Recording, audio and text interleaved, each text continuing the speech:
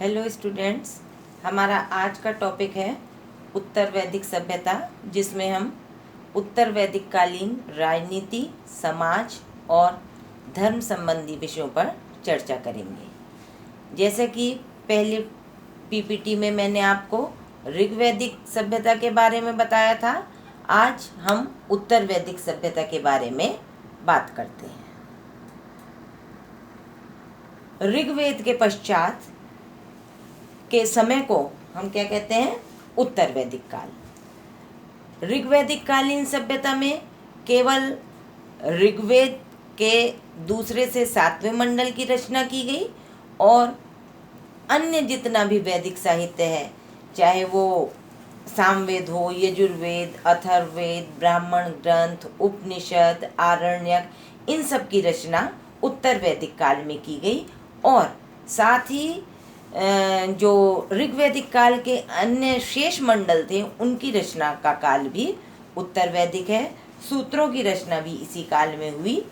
अतः इस युग में आर्य सभ्यता धीरे धीरे पूर्व एवं दक्षिण में फैली और उत्तर वैदिक काल में आर्य संस्कृति का केंद्र जो था वो मध्य देश हो गया। अब जैसा कि इसमें मैंने स्लाइड में लिखा हुआ है कि संपूर्ण उत्तर भारत का जो क्षेत्र था, हिमालय से लेकर विंध्य पर्वत तक का, वहाँ पर उत्तर भारत कालीन सभ्यता और संस्कृति जो थी वो विस्तृत हो चुकी थी। सबसे पहले हम चर्चा करते हैं इस समय की राजनीतिक व्यवस्था की। जैसा कि इसमें लिखा है कि ऋग्वैदिक पीरियड में मैंने आपको बताया था कि जो जन थे, जैसे भरत, परुस, त्रितुस, अब ये इनका स्थान थोड़ा गौण हो गया था और इनके स्थान पर कुरु और पांचाल जन जो थे उनकी प्रमुखता हो गई थी, वो अस्तित्व में आ गए थे। ऋग्वैदिक काल में बार बार जहाँ राजन शब्द का प्रयोग हुआ है, लेकिन राजन शब्द की शक्तियों या कर्तव्यों का उल्लेख हमें देखने को नहीं मिलता। लेकिन उत्तर वैदिक काल में राजन की वैधानिक शक्तियों में परिवर्तन आया और अब जो ऋग्वैदिक काल का जो राजन था वो पहले की अपेक्षा बहुत अधिक प्रभावशाली हो गया और उसे सम्राट, एकराट, विराट, भोज, इन शब्दों के नाम से पुकारा जाने लगा। और जिससे हमें पता चलता है कि अब राजा की सत्ता जो थी वो विस्तृत हो गई, वो साम्राज्यवादी हो गया। और साथ ही साथ राजसूय और अश्वमेध यज्ञ जो थे वो राजा के द्वारा किया जाने लगा और जो उसके प्रतिद्वंदी थे उनसे बदला लेने के लिए वो समय समय पर युद्ध किया करता था और जिसके परिणाम स्वरूप राजसूय यज्ञ और अश्वमेध यज्ञों का संचालन किया जाता था। इस समय मुख्य रूप से राजा के संबंध में या राजा के अधिकारों के संबंध में दो सिद्धांतों का ओरिजिन हुआ। जैसे कि ऐतरेय ब्राह्मण जो है उसमें राजा की शक्तियों का उल्लेख करते हुए बताया गया है कि राजा जो था उसे का चुनाव अब न केवल वो जन की रक्षा करने वाला था, बल्कि उसका चुनाव जो है वो लोगों के द्वारा किया जाने लगा, जैसा कि ऐतरेय ब्राह्मण में वर्णित है। इसी के साथ तैत्तिरीय ब्राह्मण जो है उसमें राजा की दैवीय शक्तियों का उल्लेख किया गया है। तो हम देखते हैं कि उत्तर वैदिक काल के आते आते ऋग्वैदिक कालीन राजा की शक्तियों में काफ़ी विस्तार हो गया। उसकी जो पदवी थी उनमें भी विस्तार हुआ, राज्यों का क्षेत्र विस्तृत होता गया और राजा अश्वमेध यज्ञ और राजसूय यज्ञों का संचालन करने लगा। साथ ही साथ जैसा कि हम बता रहे हैं बार बार कि राजा की शक्तियां जो थी वो विस्तृत हो रही थी, इसीलिए अब बलि, शुक्ल और भाग, इन 3 शब्दों का उल्लेख स्थान स्थान पर मिलता है। और शतपथ ब्राह्मण जो है वो ये बताता है कि राजा जो था वो लोगों से इस प्रकार के कर ग्रहण करा करता था, और जो लोग इन करों को नहीं देते थे उन्हें राज्य के द्वारा दंडित किया जाता था। ऋग्वेद में हमने राजा की शक्तियों पर नियंत्रण रखने के लिए सभा और समिति शब्द का उल्लेख किया था। सभा और समिति 2 संस्थाएं हुआ करती थी जिनके सहयोग से, जिनकी सलाह के अनुसार राजा कार्य करता हुआ अपनी शक्तियों का उपयोग किया करता था। लेकिन उत्तर वैदिक काल के आते आते सभा जो थी, जो कि वयस्कों की सभा हुआ करती थी जिसमें कुछ कुलीन वर्ग सम्मिलित हुआ करते थे, वो सभा की जो अधिकार थे वो धीरे धीरे क्षीण हो गए थे, और समिति के अधिकार भी पूर्व की अपेक्षा कम होते जा रहे थे। केवल युद्ध के समय, शक्ति के समय या जो आर्थिक महत्व के विषय हुआ करते थे उनमें राजा समिति की सलाह लिया करता था। लेकिन इस समय हमें विदत का उल्लेख देखने को मिलता है। इसके साथ ही साथ कि राजा की शक्तियां जैसे जैसे बढ़ रही थी, अब कोई भी, चाहे वो राजतंत्रात्मक शासन व्यवस्था हो, चाहे संवैधानिक शासन व्यवस्था हो, किसी भी शासन को सुचारू रूप से संचालित करने के लिए एक मंत्रिमंडल की या अन्य लोगों के सहयोग की आवश्यकता होती है। तो हम देखते हैं कि शासन के कार्य को सुचारू रूप से संचालित करने के लिए हमें इस समय रत्निन शब्द का उल्लेख मिलता है, और ये राजा के कार्य में जो सहयोग देते थे, जैसे पुरोहित, सेनानी, युवराज, महिषी, सूत, ग्रामणी, ये सब जो थे ये राजा की राज परिषद के सदस्य हुआ करते थे, राजा के मंत्री हुआ करते थे, और शतपथ ब्राह्मण में इन्हें रत्निन शब्द से संबोधित किया गया है। इसी प्रकार उत्तर वैदिक काल के आते आते ग्रामणी जो था, जो कि ग्राम का प्रधान हुआ करता था, उसकी शक्तियों में भी उसकी सिविल और मिलिट्री शक्तियों में वृद्धि हो गई थी, और जो ग्रामणी हुआ करता था वो राजा की आज्ञा के अनुसार उन शक्तियों का प्रयोग किया करता था। अब चलते हैं हम सोसाइटी पर। सोसाइटी जो थी, सोसाइटी मतलब समाज के बारे में हम ज्ञान प्राप्त करते हैं। तो सोसाइटी में सबसे पहले हम देखते हैं कि इस समय समाज के स्वरूप में परिवर्तन आ गया था। वो क्या परिवर्तन था? वो मुख्य परिवर्तन था हमारी सामाजिक व्यवस्था के संबंध में, वर्ण व्यवस्था के संबंध में। बहुत से सब कास्ट की तरह तरह के एक तो वर्ण व्यवस्था प्रचलित हो गई थी, और प्रारंभ में जब ऋग्वैदिक काल था तो व्यक्ति के कर्म के आधार पर उसकी जाति वर्ण निर्धारित होते थे। तब तक जाति व्यवस्था जैसी कोई वो नहीं थी, लेकिन उत्तर वैदिक काल के आते आते इसमें परिवर्तन आया, और अब व्यक्ति जिस कुल में जन्म लेता था उसके आधार पर ही उसकी जाति निर्धारित की जाती थी। जैसे कि मैंने पहले भी बताया था कि पुरुष सूक्त में, ऋग्वेद के 10वें मंडल पुरुष सूक्त में, जो कि उत्तर वैदिक काल में जिसकी रचना की गई, उसमें हमें सर्वप्रथम वर्ण व्यवस्था का उल्लेख देखने को मिलता है, और इसमें 4 वर्णों का उल्लेख मिलता है: ब्राह्मण, क्षत्रिय, वैश्य और शूद्र। और इनकी शक्तियों की, ब्राह्मण जो था उसे पठन पाठन का कार्य दिया गया, क्षत्रिय जो थे वो राज्य की रक्षा का महत्वपूर्ण कार्य किया करते थे। वैश्य जो होते थे वो व्यापार संबंधी कार्यों को देखा करते थे। और जो शूद्र थे वो, और एक प्रमुख बात ये थी कि इन तीनों ब्राह्मण, वैश्य और क्षत्रिय को वेदों के अध्ययन का अधिकार भी प्रदान किया गया था। लेकिन शूद्र जो थे उनकी स्थिति मिजरेबल थी, थोड़ी दयनीय थी, और उन्हें वेद अध्ययन का अधिकार नहीं दिया गया था।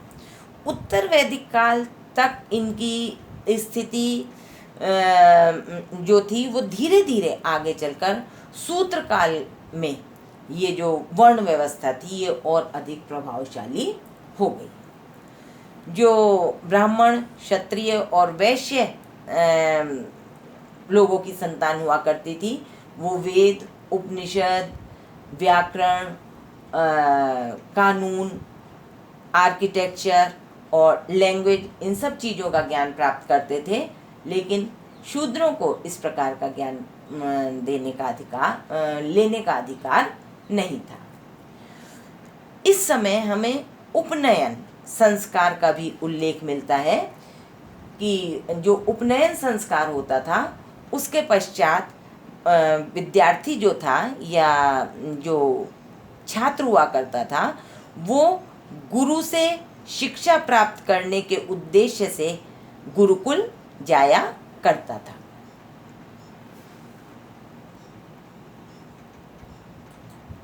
अब हम आते हैं कि विमेन, स्त्री की स्थिति इस समय कैसी थी। स्त्री की स्थिति में इस समय पूर्व की अपेक्षा कुछ गिरावट आई थी और उसका उपनयन संस्कार नहीं किया जाता था।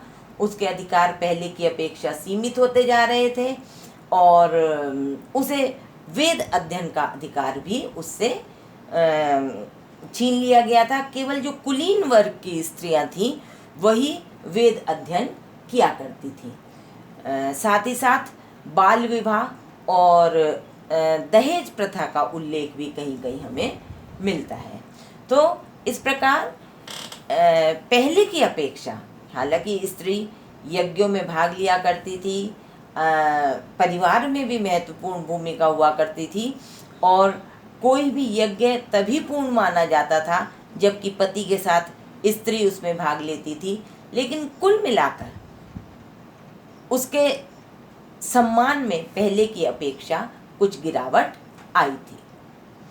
अब हम बात करते हैं इकोनॉमिक कंडीशन की। ऋग्वैदिक काल में मैंने आपको बताया था कि ऋग्वैदिक काल में पशुपालन जो था वो मुख्य व्यवसाय था, लेकिन उत्तर वैदिक काल में एग्रीकल्चर और पशु पालन के बाद कृषि का स्थान आता था। लेकिन उत्तर वैदिक काल में कृषि जो थी वो व्यक्तियों का प्रमुख व्यवसाय बन गया था और खेती के लिए तरह तरह की खाद, बीज वगैरह का प्रयोग किया जाता था और जो खेती के लिए हल यूज़ किए जाते थे, जो हल चलाए जाते थे खेत में, उसमें 2 से लेकर 11 बैल उस हल को जोतते थे। इस प्रकार का उल्लेख भी हमें देखने को मिलता है। जहाँ तक फसलों की बात है, फसलों में इस समय मुख्य रूप से चावल, गेहूँ, जौ और ऑयल सीड्स हमें मुख्य रूप से देखने को मिलते हैं। अब हम आगे चलते हैं, देखते हैं कि अगर हम व्यवसाय की बात करते हैं, व्यवसाय या व्यापार की बात करते हैं, तो इस समय तक उत्तर वैदिक काल के आते आते अंतर्देशीय और सामुद्रिक दोनों प्रकार का व्यापार जो है वो डेवलप हो चुका था, उसकी काफ़ी प्रगति हो चुकी थी और ये जो व्यापारी थे ये एक स्थान से दूसरे स्थान पर जाकर कपड़े और ये जितनी भी अपनी चीज़ें हुआ करती थी उन्हें एक दूसरे से अदला बदली करा करते थे। और इस समय वस्तु विनिमय के साथ साथ हमें एक अन्य परिवर्तन देखने को जो मिलता है कि रेगुलर कॉइन जो निष्क शब्द है, हालांकि निष्क का प्रयोग वैदिक काल में कहीं पर तो सिक्के के रूप में किया गया है और कहीं पर निष्क का उपयोग गले में पहनने वाले हार के रूप में किया गया है या स्वर्ण आभूषण के रूप में किया गया है। लेकिन संभवतः व्यापार का जहाँ तक संबंध है वहाँ पर इसका जो वो होता था, उपयोग होता था, वो सिक्के के रूप में किया गया होगा। अब आगे बढ़ते हैं। तो हमने यहाँ पर मैंने लिख भी रखा है कि डिस्क, शतमान और कृष्णला जो था वो अस्तित्व में आ गए थे। इसके अलावा जो मर्चेंट, जो व्यापारी होते थे, वो उन्हें फणी कहा जाता था, जो कि ट्रेड को कंट्रोल करते थे। और जो मुख्य व्यवसाय थे वो जैसे जो रथकार थे, डायर्स थे, बुनकर थे, स्वर्णकार थे और लोहार थे। और इसके अलावा कपड़ों की जो धुलाई करते थे, वाशरमैन वगैरह और कारपेंटर, ये मुख्य रूप से उस समय के व्यवसाय थे। और उत्तर वैदिक काल के आते आते हमें अयस शब्द का, हालांकि अयस शब्द का हम देखते हैं, अयस शब्द जो था वो उत्तर वैदिक काल में मुख्य रूप से देखने को मिलता है। और अयस का अर्थ जो है वो लौह से माना जाता है। अब हम इसके रिलीजन पर चर्चा करते हैं और साथ ही साथ मैं आपको ये भी बताना चाहती हूँ कि उत्तर वैदिक काल में जो कार्य हुआ करते थे कि उत्तर वैदिक काल में व्यापार जो है वो ऋग्वैदिक काल की तुलना में अधिक विस्तृत हो गया था। जहाँ तक धर्म की बात है, धर्म के क्षेत्र में हम देखते हैं कि ऋग्वैदिक काल में जहाँ प्राकृतिक शक्तियों को धर्म के रूप में पूजा जाता था, अब इस कंसेप्ट में पहले से परिवर्तन आ गया था और अब वरुण, इंद्र, अग्नि, सूर्य और उषा के स्थान पर का स्थान पहले की अपेक्षा कम महत्वपूर्ण हो गया था और उनका स्थान शिव, रुद्र, विष्णु और ब्रह्मा ने ले लिया था। ब्रह्मा जो थे, प्रजापति ब्रह्म, उनको सबसे अधिक पूजा जाता था। इसके बाद विष्णु भगवान की पूजा की जाती थी और शिव को रुद्र के रूप में भी या महादेव और ग्रेट गॉड के रूप में पूजा जाता था। विष्णु जो थे, जैसे कि मैंने अभी बताया कि उन्होंने वरुण का स्थान ले लिया था और वासुदेव की भी पूजा की जाती थी। इन देवताओं की पूजा के साथ साथ उत्तर वैदिक काल में यज्ञ जो है वो उनकी प्रधानता बढ़ गई थी और पुरोहित जो है वो बहुत बड़े बड़े और खर्चीले यज्ञ कराने लगे थे और यज्ञ जो है वो ज़्यादा कॉम्प्लेक्स हो गए थे। इसीलिए जनसाधारण के लिए उन यज्ञों को कराना संभव नहीं हो पाता था। ऋग्वैदिक काल में जैसे जैसे उपनिषदों की रचना हुई, आरण्यकों की रचना हुई, उनके परिणाम स्वरूप कर्म के साथ साथ ज्ञान मार्ग की शाखा का भी उदय हुआ और हम आत्मा, परमात्मा और आध्यात्म तथा मोक्ष के विषय में भी जो हमारे ऋषि मुनि हैं वो उन पर चर्चा करने लगे, लोग उन पर चर्चा करने लगे। तो इस प्रकार जहाँ तक उत्तर वैदिक कालीन धर्म की बात है, उसमें आध्यात्म, दर्शन, विज्ञान और अन्य बहुत सारे तथ्यों को लेकर उसका विकास हुआ।